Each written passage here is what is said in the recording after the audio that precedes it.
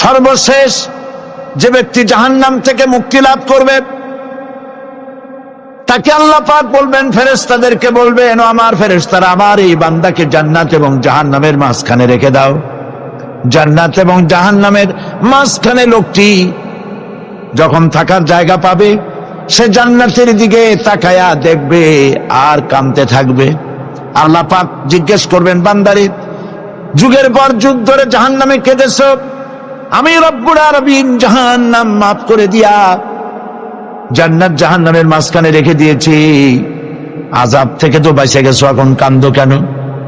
লোকটি বলবে, রব্বুল আলামিন, কান্দি এই কারণে, জাহান্নাম থেকে মাফ করেছো, তোমার শুকরিয়া আদায় করি। জান্নাত তো আমার কপালে নাই, কিসমতে নাই, কিন্তু জান্নাত আমি এখান থেকে দেখতে পাচ্ছি, জান্নাতের সুঘ্রাণ আমার নাকে আসতেছে, কপালে নাই যাওয়ার। আমি কাঁদি এই জন্য, তুমি যদি মেহেরবানি করে আমাকে জান্নাতের দরজার কাছে একটু দাঁড় করায় দিতা, প্রাণ ভরে তোমার জান্নাতের দৃশ্যটা একটু দেখতা। আল্লাহ পাক তার আরজি পূরণ করবেন, বলবেন, যাও। ফেরেশতাদের বলবেন, এর জান্নাতের দরজার কাছে দাঁড় করায় দাও।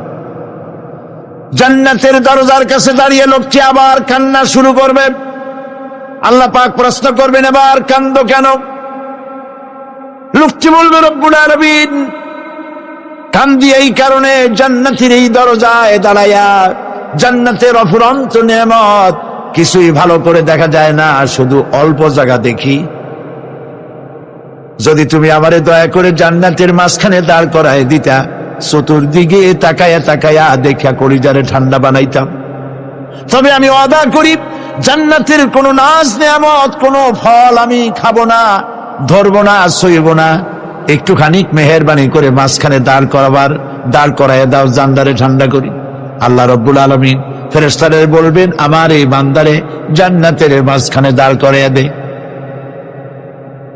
আল্লাহর নবী বলেন, জান্নাতের মাঝখানে দাঁড়িয়ে লোকটি আগের চাইতে আরো জোরে চিৎকার মেরে কাঁদতে থাকবে।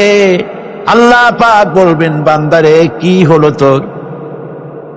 দরজার কাছে আসতে চাইছিলে, আইনা দিলাম। আবার এবার মাঝখানে আসতে চাইছো, তাও এনে দিয়েছি, আবার কান্দো কেন? লোকটি বলবে, রব্বুল আলামিন, এবার কান্দি এই জন্যে, তুমি যখন দয়া করে একটিবার জান্নাতের মাঝখানে এনে আমাকে দাঁড় করায় দিয়েছো, তুমি রহমান রহিম গফুরুর রহিম, এই জান্নাত থেকে আবার আর বাইর করে দিও না। আল্লাহ রাব্বুল আলামিন বলবেন, ও আমার বান্দারে, আমার এই জান্নাত তোর খুব পছন্দ হয়েছে নাকি?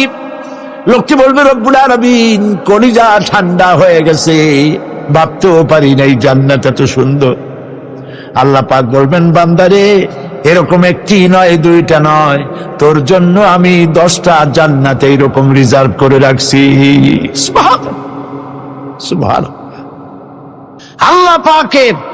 আল্লাহ পাককে ভয় করে পৃথিবীর সমস্ত পাপ থেকে যারা নিজেকে রক্ষা করবে, আল্লাহ তাদের জন্য এই জান্নাত রেখে দিয়েছেন। সুবহানাল্লাহ।